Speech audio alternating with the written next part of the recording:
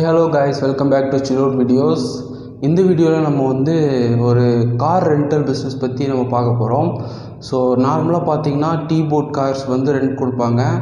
So அதாவது yellow colour number plate போட்ட car rent கொடுப்பாங்க. ஸோ இது செல்ஃப் டிரைவ் கார் ரெண்ட், அதாவது பிளாக் கலர் நம்பர் பிளேட்டு. அதோட டீட்டெயில்ஸ்லாம் இந்த வீடியோவில் நம்ம ஃபுல்லாக பார்க்கலாம்.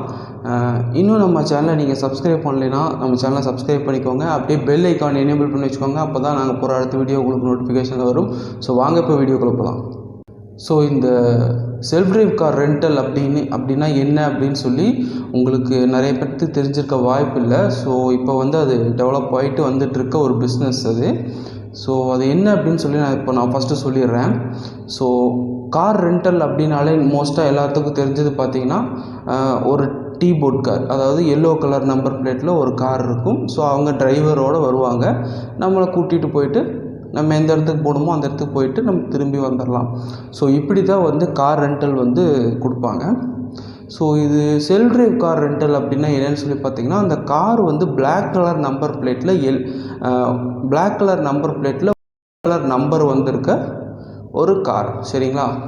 அந்த கார் நீங்கள் புக் பண்ணிங்க அப்படின்னா அந்த காரை அவங்கக்கிட்ட கொடுத்துருவாங்க. டிரைவர் இல்லாமல் நீங்களே செல்ஃபாக ஓட்டிகிட்டு போய்க்கலாம். நீங்கள் எங்கே போகணும்னு நினைக்கிறீங்களோ அந்த இடத்துக்கு போயிட்டு நீங்கள் ரிட்டர்ன் நீங்களே ஓட்டிகிட்டு போயிட்டு வர மாதிரி இருக்கிறது தான் அந்த செல்ஃப் டிரைவ் கார் ரெண்டல் அப்படிங்கிற ஒரு பிஸ்னஸ்ஸு. ஸோ இந்த பிஸ்னஸ் எப்படி ஸ்டார்ட் பண்ணுறது அப்படின்னு சொல்லி பார்த்தீங்கன்னா, நீங்கள் எத்தனை கார் வாங்கணும் அப்படிங்கிறதெல்லாம் கணக்கு கிடையாது. நீங்கள் மினிமம் ஒரு 2 கார் 3 கார் வச்சுருந்தாலே இந்த பிஸ்னஸ் நீங்கள் ஸ்டார்ட் பண்ணலாம். ஸோ இந்த பிஸ்னஸ் நீங்கள் ஸ்டார்ட் பண்ணோம் அப்படின்னா ஒரு 3 கார் நீங்கள் பர்ச்சேஸ் பண்ணுறீங்க அப்படின்னா அது ஆர்டிஓவில் ரெஜிஸ்ட்ரேஷனுக்கு போகும், சரிங்களா? நார்மலாக நம்ம ஒயிட் போர்ட் கார் ரெஜிஸ்டர் பண்ணுற மாதிரி தான். உங்களோட அட்ரஸ் ப்ரூஃப், ஐடி ப்ரூஃப் இதெல்லாம் கொடுத்து பிளாக் போர்ட் அந்த கார் நீங்கள் ரெஜிஸ்டர் பண்ணணும் அப்படின்னா நீங்கள் ஒரு செல்ஃப் டிரைவ் ரெண்டல் கம்பெனி நீங்கள் ஸ்டார்ட் பண்ணணும். அந்த ஜூம் கார்ஸ் அந்த மாதிரிலாம் இருக்கு இல்லைங்களா, அந்த மாதிரி ஒரு ப்ரைவேட் கம்பெனி ஸ்டார்ட் பண்ணி அந்த கம்பெனியோட ஆர்சி, அதாவது ரெஜிஸ்ட்ரேஷன் சர்டிஃபிகேட்டு, ட்ரேட்மார்க் சர்டிஃபிகேட்டு இதெல்லாம் நீங்கள் சப்மிட் பண்ணணும்.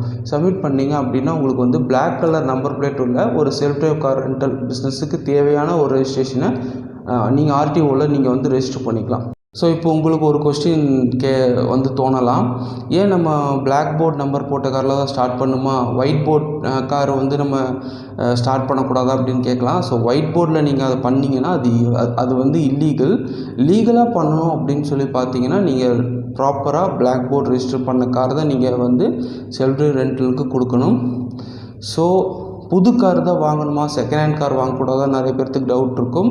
ஸோ அதுக்கான கிளாரிட்டி நான் எங்கே தேடியும் கிடைக்கல. ஸோ இந்த பிஸ்னஸ் பற்றி எனக்கு ஆல்ரெடி தெரியும். ஸோ அதனால தான் இந்த பிஸ்னஸ் வீடியோ நான் போட்டிருக்கேன். செகண்ட் ஹேண்ட் கார் யாரும் இது வரைக்கும் நான் மாற்றி பார்த்ததில்ல. ஸோ நீங்கள் இந்த பிஸ்னஸ்குள்ளே இறங்குனீங்கன்னா புதுசாக தான் கார் வாங்கணும். கார் வாங்கி நீங்கள் பிளாக் போர்டில் ரெஜிஸ்டர் பண்ணி தான் இந்த பிஸ்னஸ்குள்ளே கொண்டு வரணும். ஸோ இந்த செல்ஃப் டிரைவ் கார் ரெண்டல் எந்த அடிப்படையில் நம்ம ரெண்ட்டுக்கு கொடுக்கறது, எப்படி நம்ம சம்பாதிக்கலாம், அப்படி என்னென்ன ப்ரைஸுக்கு ரெண்ட்டு கொடுக்கறது அப்படின்னு சொல்லி பார்ப்போம். ஸோ கார் ரெண்ட்டு கொடுக்கறதுனா இந்த இண்டஸ்ட்ரியில் 4 வகையாக பிரிப்பாங்க, சரிங்களா? First hatchback type, second sedan, third XUV, fourth luxury cars. First நம்ம செடான் டைப்லேருந்து பார்ப்போம். ஃபஸ்ட்டு நம்ம ஹேஷ்பேக் டைப்லேருந்து பார்ப்போம். ஹேஷ்பேக் டைப்புன்னு பார்த்தீங்கன்னா ஒரு ஸ்மால் ரேஞ்ச் கார், அதாவது இந்த ஷிஃப்ட்டு, i10, i20 அந்த மாதிரி சின்ன கார் இருக்கு இல்லைங்களா, அதுதான் ஃபஸ்ட்டு, சரிங்களா? Hatchback type. இந்த கார் பார்த்திங்கன்னா உங்களுக்கு எவ்வளோ ரெண்ட்டு கொடுக்கலாம் அப்படின்னு சொல்லி பார்த்திங்கன்னா ஒரு 1500 ரூபாயிலிருந்து 2000 ரூபா வரைக்கும் பர் டேக்கு 24 ஹவர்ஸ்க்கு 1500லேருந்து 2000 வரைக்கும் நீங்கள் ரெண்ட்டு கொடுக்கலாம்.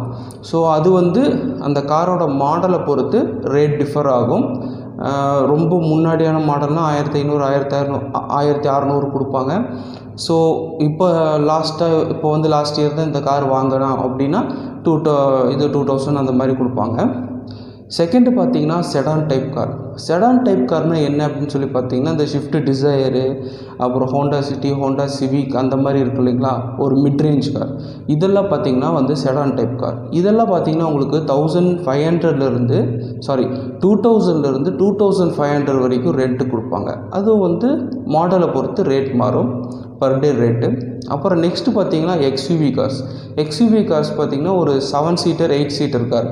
இந்த இனோவா, டாடா சஃபாரி இந்த மாதிரி கார் இருக்கு இல்லைங்களா, இதெல்லாம் பார்த்தீங்கன்னா உங்களுக்கு வந்து எக்ஸ்யூவி கார்ஸில் வரும். இதெல்லாம் பார்த்தீங்கன்னா உங்களுக்கு 2500லேருந்து 3500 வரைக்கும் உங்களுக்கு ரேட் டிஃபர் ஆகும்.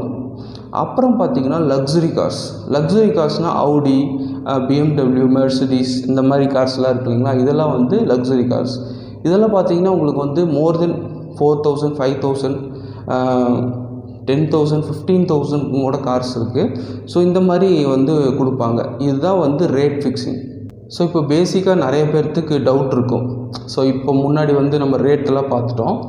இப்போது இவ்வளோ மதிப்புள்ள ஒரு காரை நம்ம செல்ஃப் டிரைவ் ரெண்ட்டுக்கு நம்ம பாட்டுக்கு கொடுக்குறமே, இவங்க இப்போ 2000, 3000 ரெண்ட்டு கொடுத்து எடுத்துகிட்டு போகிறாங்கன்னா, இவங்க 2000, 3000 கொடுத்ததுக்கு நம்ம 7 லட்ச ரூபா, 8 லட்ச ரூபா காரை கொடுக்குறமே, ஒரு வேளை அப்படியே தூக்கிட்டு போயிட்டாங்கன்னா என்ன பண்ணுறது அப்படின்னு நிறைய பேர்த்துக்கு டவுட் இருக்கும்.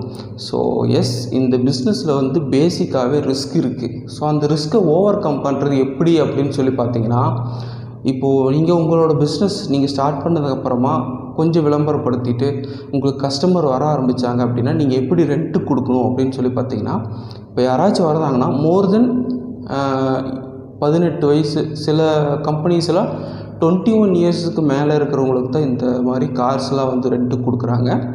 அவங்களோட ஒரிஜினல் டிரைவிங் லைசன்ஸ் நீங்கள் வாங்கி வச்சுக்கணும். காப்பி கிடையாது, ஜெராக்ஸ் கிடையாது. ஒரிஜினல் டிரைவிங் லைசன்ஸ் நீங்கள் வாங்கி வச்சுட்டு, அவங்க ஏதாவது 2 வீலர் வச்சுருந்தாங்கன்னா அந்த 2 வீலரை வாங்கி இங்கே வச்சுட்டு அதுக்கப்புறம் அவங்க கார் கொடுக்கணும் நீங்கள் ரெண்ட்டுக்கு.